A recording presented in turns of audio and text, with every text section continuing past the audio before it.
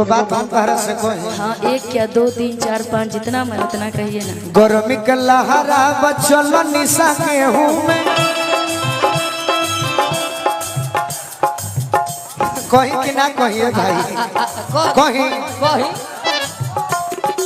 हम मुजफ्फरपुर हाजीपुर के नहीं कहत हम अपना की हम मात्र 2 बीघा धान के भी खेती में गेहूं रोपले बनी तोहरे खातिर कि जब जब तू हमारा के लात से मारे के कहबू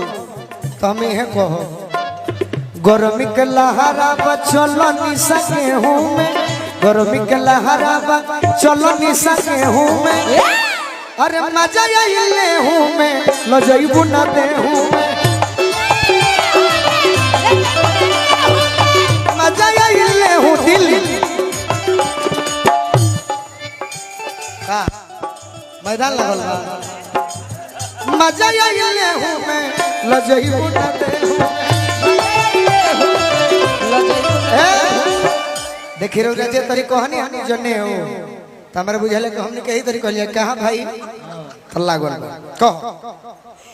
हमको भी लगा कि वो आपको क्यों समझा रहे हैं। हमारे भाई हम नहीं से अच्छा, जनेऊ आपको कान में लगाने के लिए बोल रहे हैं क्या?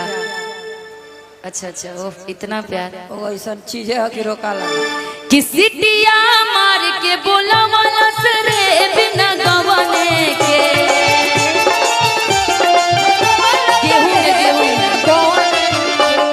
सिटिया मार के बोला वाला सरे बिना गवाने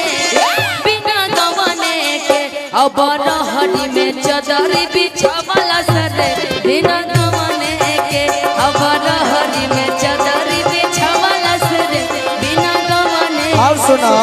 सास पूछली एक मतिया हो बिना गवाने के बोलुआ पूछला एक मतिया हो बिना गवाने अभी बोला नहीं इन्होंने कि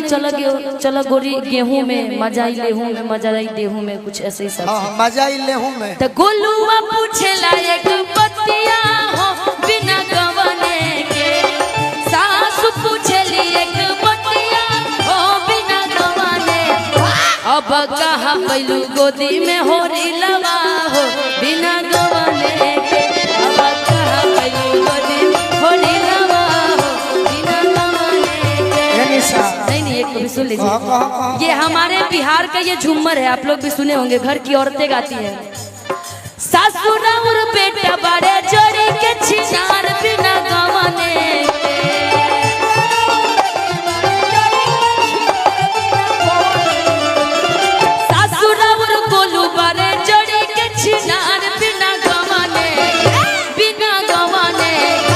अब उहे पहले गोदे में हो रे लवा बिना गवाने के अब उहे दे गोदे में हो रे लवा बिना गवाने के गोरे गोरे गालवा जो बोन सिर फलावा बोन रुचला गोरे गोरे गालवा जो बोन सिर फलावा बोन रुचला रूनु झूनु छाए गालवा बोन रुचला झोंडू छाए गालवा बोन रुचला आखी हो की पोखरा के खिलल कमलवा बोन रुचला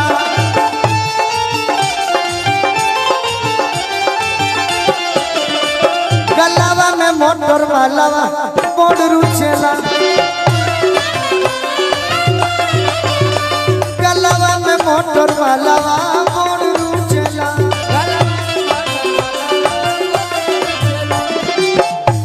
धीरे करेंगे कि बक बक बोलो तारा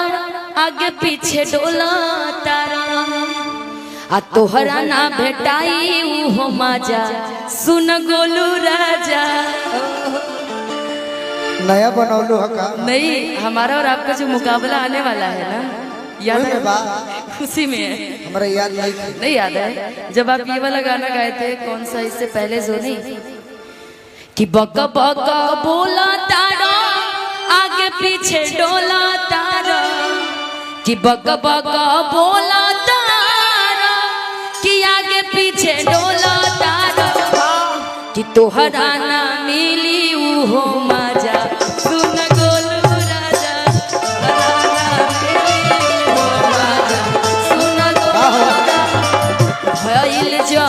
जवनिया तोहर ताजा सुन गोलू राजा